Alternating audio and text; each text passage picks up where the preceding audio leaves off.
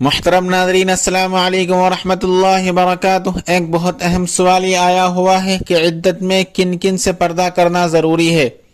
الجواب باللہ التوفیق۔ بسم اللہ الرحمن الرحیم۔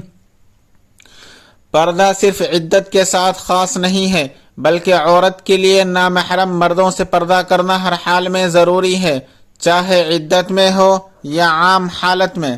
لہٰذا عورت کے لیے نامحرم سے عدت کے دوران بھی پردہ کرنا ضروری ہے اور عدت کے بعد بھی ضروری ہے، اور محرم سے نہ عدت میں پردہ کرنا ضروری ہے اور نہ عدت کے بعد۔ نامحرم ان افراد کو کہا جاتا ہے جن سے زندگی میں کسی بھی موقع پر نکاح حلال ہو، ایسے افراد سے پردہ کرنا ضروری ہے۔ تفصیل دیکھیے۔ خالہ زاد، ماموں زاد، چچا زاد، پھوپھی زاد، دیور، جیٹھ، بہنوئی، نندوئی، خالو، پھوپا، شوہر کے چچا، شوہر کے ماموں، شوہر کے خالو، شوہر کے پھوپا، شوہر کا بھتیجا اور شوہر کا بھانجا۔ محرم ان افراد کو کہا جاتا ہے جن سے کبھی بھی اور کسی بھی صورت میں نکاح حلال نہ ہو، اور ایسے افراد سے پردہ کرنا خواتین پر لازم نہیں۔ محارم ابدی کی تفصیل ملاحظہ فرمائیں۔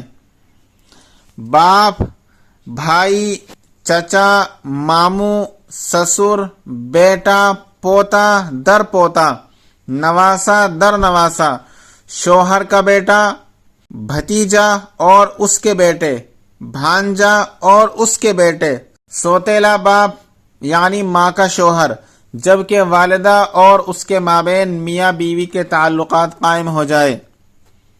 داماد سے بھی پردہ کرنا ضروری نہیں، لیکن اگر ساس جوان ہے اور خطرے کا اندیشہ ہے تو داماد سے بھی پردہ کرنا ضروری ہے۔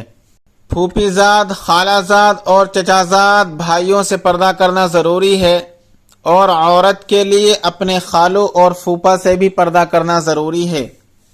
پردے کے واجب ہونے اور واجب نہ ہونے کے سلسلے میں ضابطہ یہ ہے، قانون یہ ہے کہ جن مردوں سے نکاح کرنا جائز ہے ان سے پردہ کرنا واجب ہے، اور جن سے کبھی بھی نکاح کرنا جائز نہیں ان سے پردہ کرنا واجب نہیں۔